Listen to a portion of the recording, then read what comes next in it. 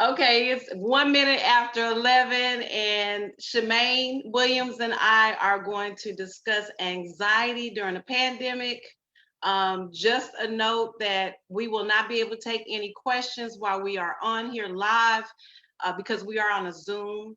But after it's over, we can ask all those questions. So any questions you have, just put them in the comments at the below, and we will personally get on there and answer all the questions. But we just want to have a conversation. We have a lot of conversations off camera where it gets really in depth, and we were like, you know what, we need to do this. We need to help somebody else by sharing our stories. So basically, that's what this platform is for: is to share our stories with others, to help others, especially in our Black and Brown community. Just for the record, we are not medical personnel. We are just two sisters that have had lived experience with mental illness, and we want to share our stories with the community as a whole in case we can help you in some form of way. My name is Nicole Conway with Nicole Conway Speaks. Um, I am a mental health advocate. I have a lived experience, and my diagnosis was depression, and it still is. I still have my issues. I have suffered 3 nervous breakdowns between the ages of 20 to 30. I am a certified NAMI facilitator, which is the National Alliance for Mental Illness, which serves at-risk support and mentoring. After my experience, I made a conscious decision to assist, I can't talk today, to assist those who are still coping out of the darkness. So today I am chatting with my sister and friend, Chamagne Williams, and we're going to talk about a little anxiety, which I'm sure we all are suffering from it in some form of fashion, especially during this pandemic. Yes. Um, Hello, Chamagne. Good morning. How are you? I'm great. How are you? There, I'm hanging in there, trying to I have my, trying to have my green tea. Fight this, fight this good Corona. uh, Tea instead of a Corona. Tea instead of a Corona. Listen. I'll have that later on. So it's very easy to see a person that you see all the time on Facebook or in person, and you're like, oh, she got it together. They got it together. Everything is beautiful and fine. Oh, she's a model. She's an esthetician. She does all these things. So she couldn't suffer from anxiety or depression or whatever. So that's what we're talking about today. It is, you can see things on the surface, but that does not mean that we don't suffer in silence away from the public, the things that we deal with on a regular basis. I mean, it's life. So I want to bring Chamagne on here so y'all can get to know her some. I mean, because you only see her doing faces and hitting the runway. So we want to see the other side. So this is more so of a shared moment experience and sharing our stories. So you can see that we are real and we can be touched. So, Chamagne, Yes. what is your current profession and where are you from? So originally I am from Pittsburgh, Pennsylvania. That is my birthplace. But I moved from there very early in life to Indianapolis. Stayed there for for a while, and then we moved to Texas, Houston, Texas, in, oh my gosh, 79. I was 8 years old when I moved to Texas. And so then we moved to Austin in 86, and I graduated high school from here. So I'm from Pittsburgh, but I mean, that's where my family is from, Detroit and Pittsburgh area. But I've been in Texas since 79. So I consider myself You are a Texan. Yes, I'm a Texan. And and what do I do? Yeah, what is your profession? My profession is esthetician. I perform facial, skincare, and I'm also an aesthetics instructor. So I teach skincare at a local school here in the Austin area. And what is the name of your business? The name of my business is Pink Daisy Beauty Bar. It's located in the Cedar Park area near the Lakeline Mall. Mm-hmm. You guys, if you haven't had your facial done, y'all need to get with Chamagne. I put the hashtags and all that other stuff for how to get in touch with her in the body of the information. But she's in Austin, Texas. I know some people are probably watching this and they're not from Austin, but if you are in Austin, this is a great time to get a facial, especially with all the stuff that's going on stress-wise. Yes, and I am still currently taking clients, even though we're in the midst of the pandemic. We have been given the go ahead. I work independently by myself, so I see clients on Fridays and Saturdays only at this time to minimize the amount of traffic I have in my space. So I am currently seeing clients as long as they keep the city, the state open. Yes. How can they reach you as far as making an appointment if they want to make one online? They can make an appointment online at www.pinkdaisybeautybar.com. That's all run together. I have online booking. All right, let's get into the heat of things. Okay, I'm ready. Um, so since we're talking about anxiety, what is your diagnosis as it pertains to mental illness? I was diagnosed with anxiety. Yeah, pretty much just anxiety. I get real angst, and I started having these episodes. So, like, when were you diagnosed? Was it recent, or is this past, and you're dealing with it now, or? I was diagnosed in 2015. It was a really tough time, and at the time I didn't know it, and I probably was dealing with anxiety even before then, just because of my personality type. I'm kind of high strung, and things have to be done in a certain order, and if it doesn't, then I get real wound up. But I started seeing the effects of that.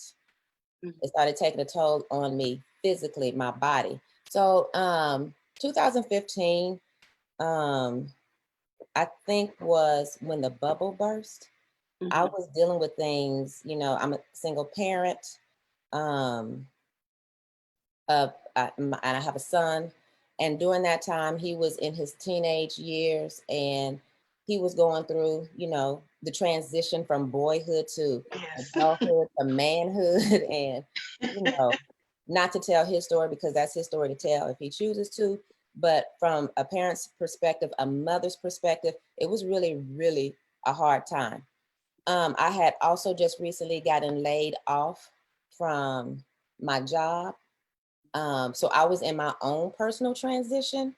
I had decided that now that I had gotten laid off, I was going to go ahead and do that thing that I loved, because if you love what you do, the money will come. So that was becoming an esthetician. I had decided, years ago that that's what I wanted to do, but I had to raise my son first, and when I got laid off, that was the prime opportunity. So I went back to school for aesthetics. And while I was in school with aesthetics, then I would decide, oh, you know what? I think I want to be a nurse, because, I did injections, and excuse me, there was a time when, they were saying that to continue to do injections like Botox and fillers, then you were going to have to be a nurse. So I was like, well, let me go ahead and get my nursing degree so that I can continue on that trajectory in aesthetics. So I was driving, just telling this story, my God, I was driving back and forth to San Marcos every single day to go to nursing school or to get my prerequisites completed so I could join the nursing program. And I was combining my time between ACC and Texas State because they kind of share a program. You can work together. You can get my degree was going to come from Texas State, but there were classes I could take at ACC. But there were certain science classes that they demanded were done in San Marcos. So for the first summer of classes, I drove back and forth every single day for a 90-minute class. Oh my goodness. This is when we need a Zoom. Yeah. I was like, oh my God. So, but in that moment, it wasn't a thing that I was just getting it. I was still, at this point, I had become licensed. So I was working at the clinic that I had received my education from. There's a school and a clinic. So I was working there. I was driving back and forth to San Marcos. I was taking classes at ACC. Y'all, I can feel my chest right now, my heart beating, like right now, just talking about it. And then I was parenting a teenage boy who was rapidly losing his mind. Okay. So it was just going, and I was just functioning in the moment. I was just going, going, going, going. Anyway, if anybody who knows me knows I love me some shortstop. I love shortstop. So it was time for me it was time for me to go to work. And I was headed to work, and I could tell I was like, I was off, you know, but at the same time I hadn't eaten. So sometimes, you know, me, I'm a very thin young lady. Yes, I'm a very thin young lady. Okay. Going on 50, I get it. It's all right. I know, right? I was so if I didn't eat, then I'm sure my blood sugar would drop. I was never diagnosed with hyper or hypoglycemic, or glycemia, but you know, if you're not eating, your levels are off. So I was like, let me get myself over here and give me something to eat. And there's a shortstop right on the way. So I'm in shortstop minding my business like I do. And I could just feel the tingling. The tingling started happening in my body. And it has happened before when I got hungry. So I thought it was just hunger. So I asked the lady, I was like, look, while you trying to get my burger together, I'm gonna need you to go ahead and give me my drink because I need that sugar right quick. Right. So I'm drinking my cherry limeade favorite, and it's not helping. It's not helping. And my hands are shaking like this.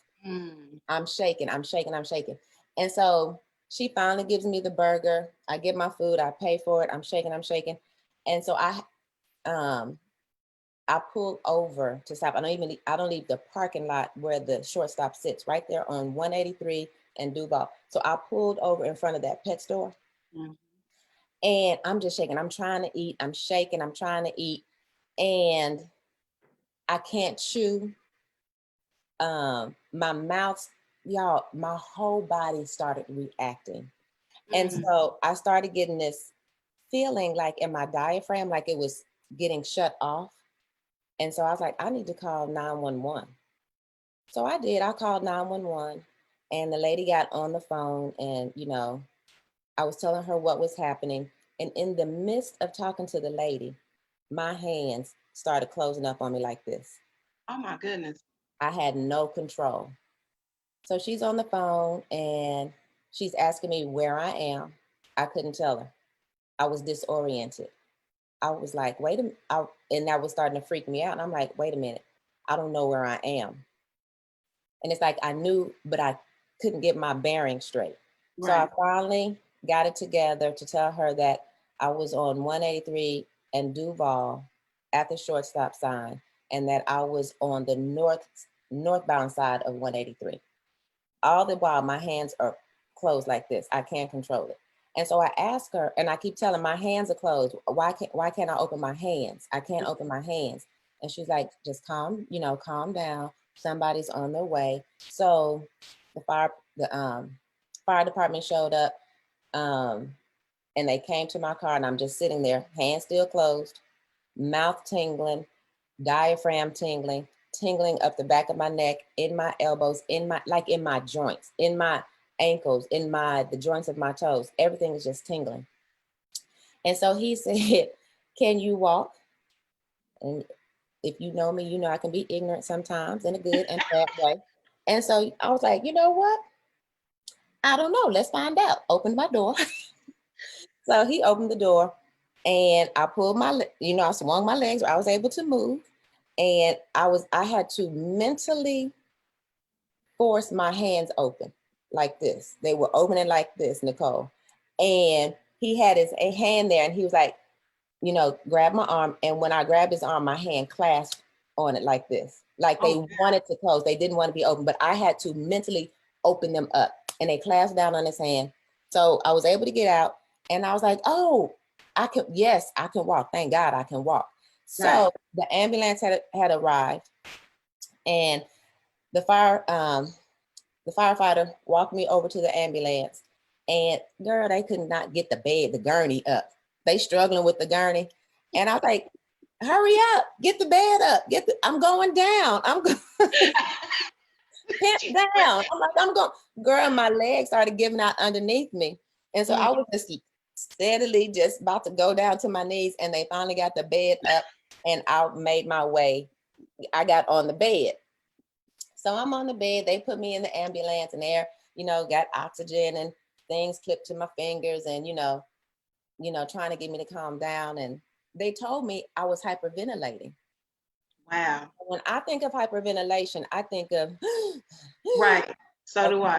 None of that was happening. I guess it was happening internally. So what was happening to my hands is oh my gosh, I forgot it just that quick. Carpal syndrome, where I was breathing in too much oxygen, but my O2 levels were not getting out fast enough. Okay, so my O2 levels were too high. Your O2 levels is waste. You're supposed to breathe in and breathe out waste. So carpal spasms, that's what it's called. Carpal spasms. So my hands were spasming, okay? And so I'm sitting there with the oxygen, I'm still tingling. Y'all, while I'm sitting there, my mouth feels like it's twisted in like this. It was doing just like my hands were doing. And I asked the man right then, I said, you need to tell me right now if I'm having a stroke. Because I'm sure it looked like one. It felt like one. And he was like, no, ma'am, you're not having a stroke. That's the carpal spasm. That's this, your body is spasming. And if you would just calm down, if we can get you to calm down and bring your levels, your oxygen and your O2 levels under control, then that will go away. So he gave me a technique. The window on the back of the ambulance, he wanted me to breathe up, breathe out across the top, breathe in as I'm looking up, breathe out as I'm looking across, breathe in as I'm looking down, and breathe out while I'm looking across. And so I had to do that breathing pattern, because the reality is, if you're talking, if you're breathing, you're not dying. And I thought I was dying. So he's like, ma'am. You're talking, ma'am. Ma'am, you're talking, you're not dying. And I was like, okay, all right, if you say so, I'm gonna go ahead on and breathe. So I did that whole thing. And then it got to a point where as I breathed in at the corner, I had to hold the breath for 2 seconds, and then across, and then hold the breath, blow out and hold the breath for 2 seconds. Breathe in, hold the breath for 2 seconds, breathe out, hold the breath for 2 seconds. So then I had to do that pattern. So I started doing that pattern, and I had to focus on that, which allowed my body to calm down. Because not one point was I doing this. Not one point did I do that. So I did that breathing pattern. Everything started calming down. Lo and behold, my hands started releasing. I could feel my hands just slowly open on their own. The tingling was starting to decrease. My lips were starting to come back to normal. But when I started talking about how I needed to call my job and let them know, it instantly kicked back in, and ma'am, we're not calling anybody. You're gonna sit here and you're gonna calm down. So everything calmed down. My levels got back to normal. I was able to, breathe properly. And in that moment, he asked me if I wanted to go to the emergency room or if I wanted to call somebody. So I called my mom. My mom came to get me. And so from that point, I left. So that happened. And it happened, that scenario happened a couple more times. Okay. Through the process of, seeking help. Right. So once that happened, I decided, I was like, I need to figure this thing out. At one point, we were going to go visit my grandmother. I used to struggle with flying. I had a panic attack on the way to the airport. We couldn't even get on the airplane to fly because I started having that same tingling and shortness of breath feeling. So it was time. I had gone to therapy before for different things, Right. but now it was life or death. In my mind, I felt like it was life or death, and I had to But train. did you think it was anxiety? Did you not know? You just thought it was maybe a stroke? No, it was not a stroke. I knew it was not a stroke because they explained to me when I was on Right. the ambulance that I was having the carpal spasm, syndromes or what have you. So I knew it wasn't a stroke. It was not till I went to my primary care physician to tell her what was going on, and she prescribed me Lexapro. Lexapro is a antidepressant medicine, but it can also help to level you out. So you don't have those onsets of anxiety attacks. Right. So it kind of low put you on a low. Girl, I was sleeping good. I ain't gonna lie, baby. That good sleep. I was out of there. I was gone. And it did help. It helped a lot. And then she also gave me a prescription so my Lexapro was daily. And my anxiety, not my anxiety, my Xanax was as needed. So if I was on the go and I was in, out and about doing things and it was an onset and I couldn't control it, then I could take, my dose of Xanax and that would just settle me down. Okay. So those are my two prescriptions. And she told me that I was dealing with anxiety. And my anxiety just comes out in my body. And there's certain triggers. There's certain triggers. If I'm not eating properly, then it's like I panic from the panic. Like, oh my God, I'm about to have a panic attack. And then I start panicking. You know what I'm saying? So I had to minimize the things that would cause me to start. The minute I feel a tingle, I start panicking. The minute I feel a shortness of breath, I start panicking. The minute I feel a headache, I start panicking. So I had to figure out those triggers and eliminate those triggers. So not eating properly was one of the issues. I was on the go. I wasn't eating, full meals, a banana here, some grapes here, a protein bar here, shortstop here. It wasn't, it wasn't helpful. So one day I was driving in from San Marcos and I'm on the freeway and I had just passed the test. Life was good. I was feeling good, but I started having these feelings and that was the frustration. There's nothing going on in my mind that's upsetting me. I'm feeling good. I just aced the test. Chemistry, no doubt. I hate chemistry. Let's not say I aced it. For me, C was the new A. Hey, at that moment. But I think it was a test that I had aced. It might not have been chemistry though. But anyway, so I'm driving off the campus and lo and behold, I start having this anxiety. So I stop at the corner store, get a Gatorade, get some beef jerky and some cheese, and hoping that, that would calm things down. And I know for me that it needs to be mind over matter. So I'm driving, my body is still reacting. Anyway, I had made it past Kyle almost near Williamson Cannon. And it started happening. Girl, it was bad to the point that for a split second, everything went dark. I swerved the car and I was like, I got to get off the freeway. By the grace of God, there was an exit. He opened the exit right there for me. So I got off. I had to pull in the red roof, tell him I was having an episode. This is what's happening. My hands was closed up. I knew what was going on. They called the ambulance. This time I landed myself in the hospital. My mom had to come get me again. So at that point, it was at that particular point that I said, I'm making the appointment with a therapist. I need to talk to somebody. I need to figure out what's going on with my mind. I know what's happening to my body, but it's my mind that's messing with my body. So but real quick, the onset of the initial anxiety, do you know what triggered that? Was it because you had a lot of stress going on in your life at the time and you were going back and forth? I was just on the go. I was just constantly on the go and I wasn't properly taking care of myself. Right. And I wasn't processing everything that was going on, that was a time I really wasn't talking to my core group of friends. My core group of friends, including you, Mhm. had no clue what was going on with me. I wasn't talking to anybody. I think the only person who really knew what was going on in my life was my mother, Right.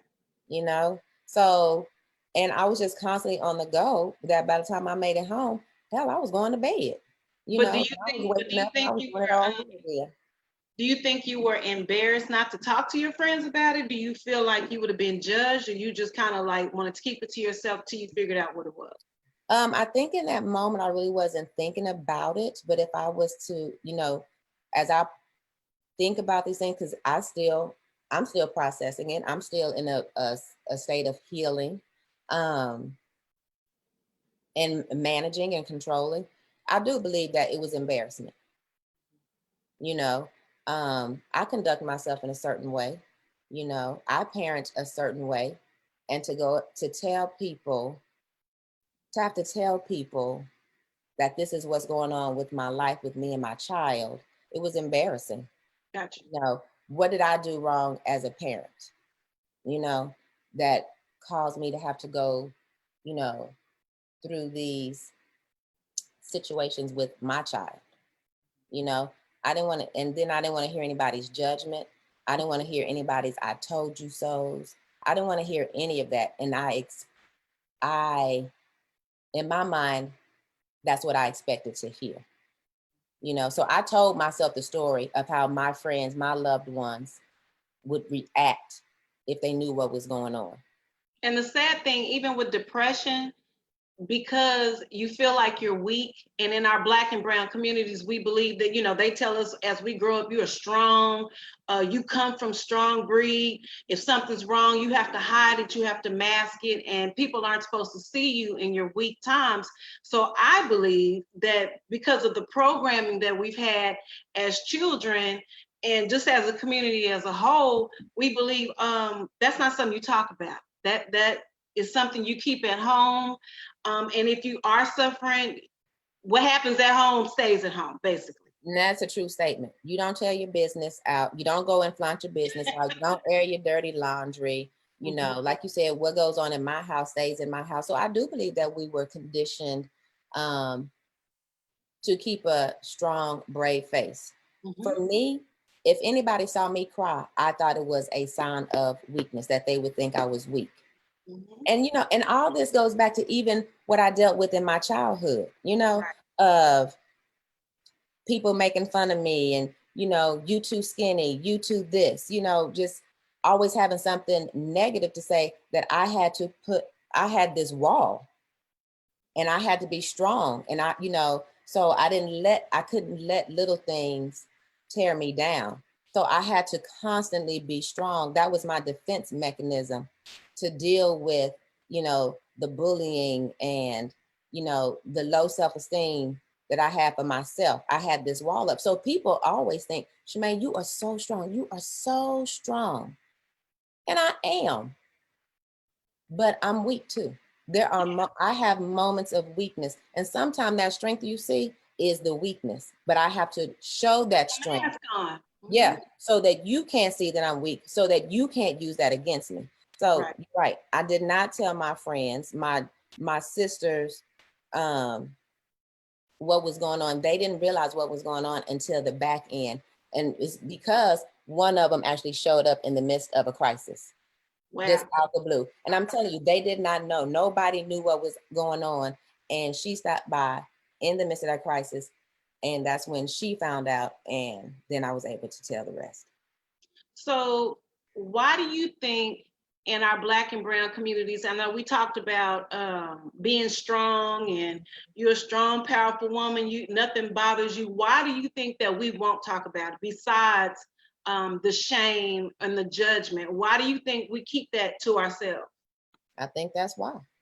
Okay. Because, like we talked about earlier, because, we were raised that you keep your dirty laundry inside the house. You figure it out. You don't need Can't nobody tell me what's wrong with me. And ain't no white person getting ready to tell me what's wrong with me either. you know, because they don't understand our struggle. They don't understand what we're going through. So we suffer in silence. Mhm. One, because we don't think we're supposed to talk about it. Two, we don't think we can talk about it to certain people. You know, if my therapist is not Black, I can't talk. Well, my therapist was a white lady, and baby, when I tell you, she helped me in so many ways. Right.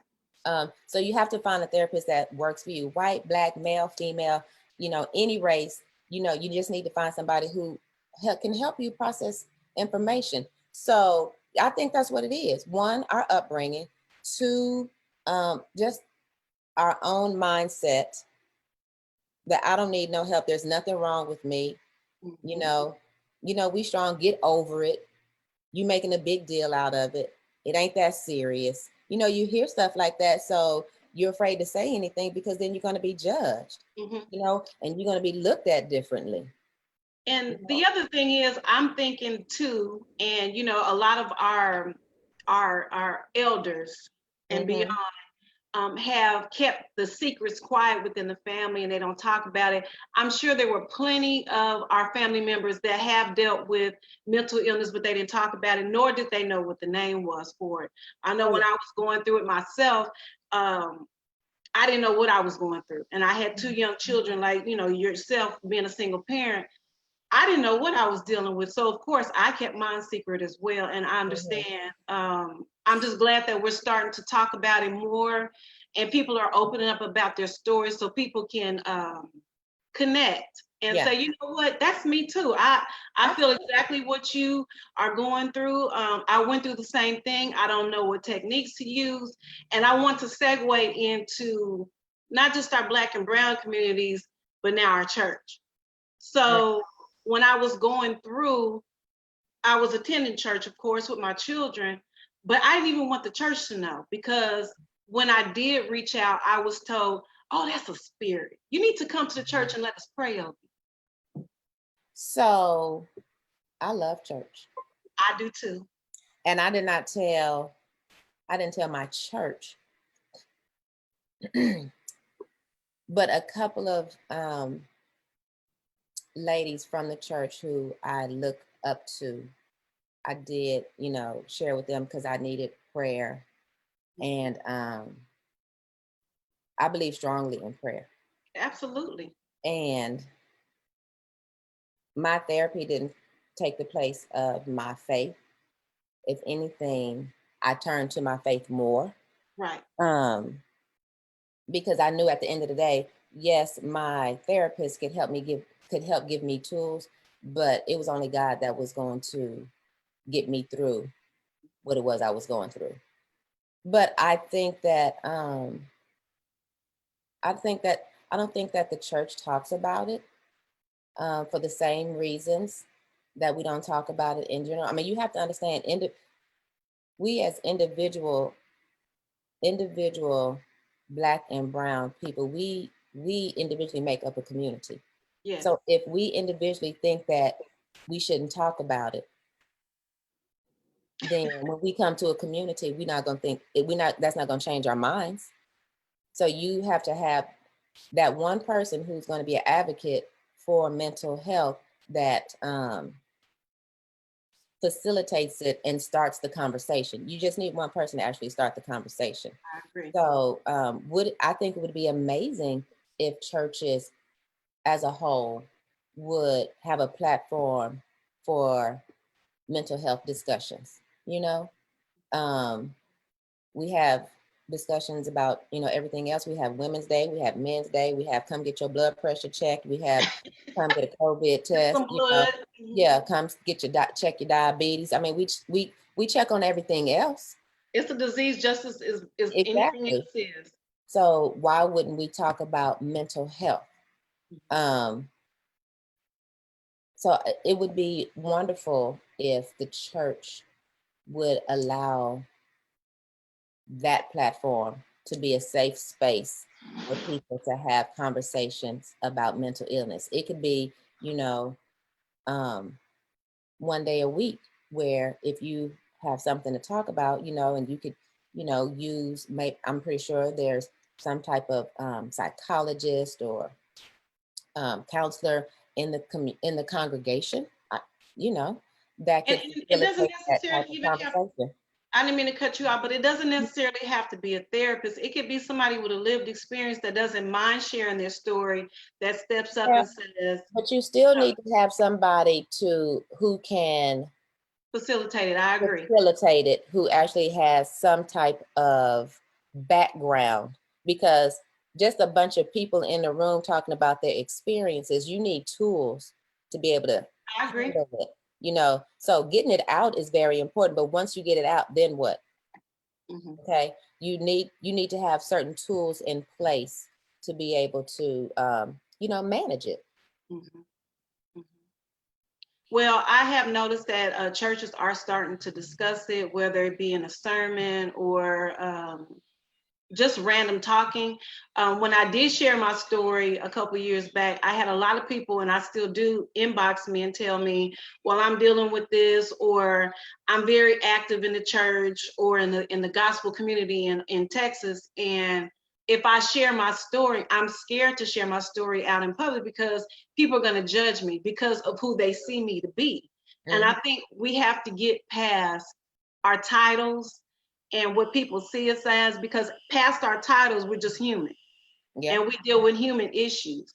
Yeah.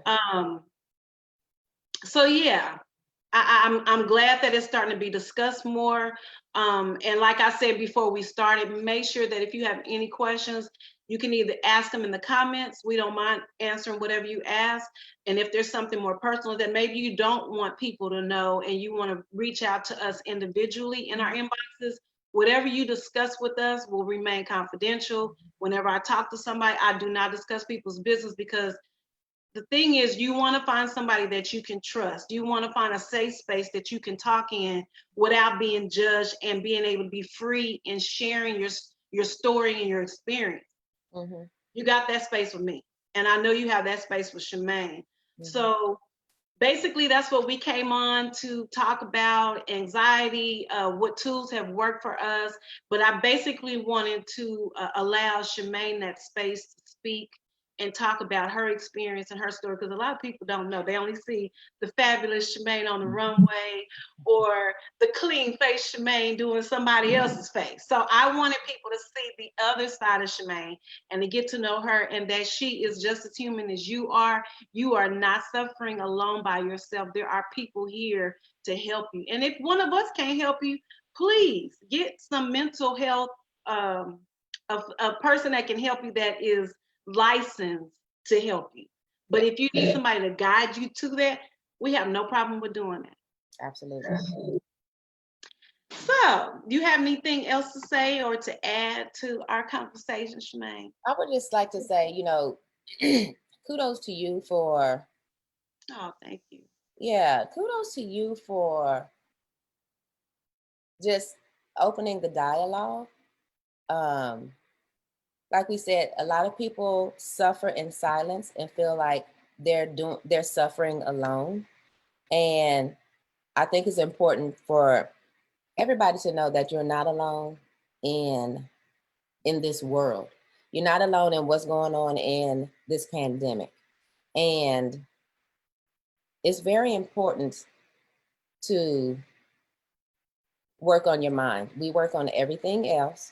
And nowadays, you're hearing a lot of self-care, self-care, self-care. Self-care does not end with getting your hair done, getting your nails done, getting your face done. It's a lot more into it. It is just being at peace. Oh my God, peace is priceless. Yes, it is.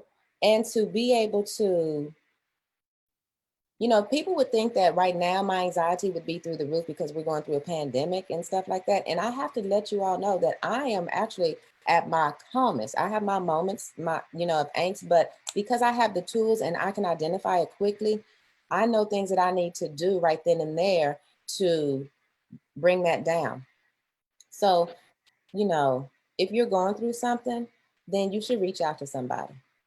And it will help tremendously, just to get it out, just to get it off your chest, and to have the proper tools to manage it, you know, when you may have a episode or a situation come at hand. So kudos to you, Nicole, for having this platform. Thank you for inviting me to share my story. It's something that I felt should be, I should start doing. But once again, I don't want to, put anybody on Front Street or didn't want to be embarrassed myself. But you know what? It's actually liberating. Mm-hmm. It's actually liberating. So when people see me, they know me and I don't have to put on no airs. Right. Another thing is, I can just be Chamagne. Thank you. Even with us talking about it, this is a healing process. I mean, Absolutely. I don't have the greatest days every day. Some days I don't want to talk. I don't want to be Mhm. bothered. But I agree with Chamagne. Self-care is much deeper than that. Regardless of what your religion is or your beliefs, tap into whatever that is. We believe in God. Walking, getting out, getting fresh air. Yes, Because fresh when air. I tell you that mask, now that gives me anxiety. Like if I have to go into a space where it's confined, like I'll go to the post office to ship off my stuff. When I go in there, I'm always looking and making sure the person ain't right on me. I'm trying to pull the mask out some so I can breathe. That gives me a lot of anxiety too. So I have to remember methods of breathing and calm down. You about to go in here with all these people. You have to remain calm and breathe. So it's basically, like you said, it's mind over matter. You have to talk to yourself through that and find things that work for you. And if it gets to be too much, leave and take your mask off so you can breathe. But you have to do what's good for you. Taking walks, listening to music, meditation, yoga, exercising. There's so many things that you can do to improve your well-being instead of just sitting and stewing it. Sometimes you have to get off Facebook or social media and unplug. Like the computer, you got to turn it off completely, the power all the way down in order to get a reboot. So we have to do that with our bodies and minds as well. That is very true. That is very true.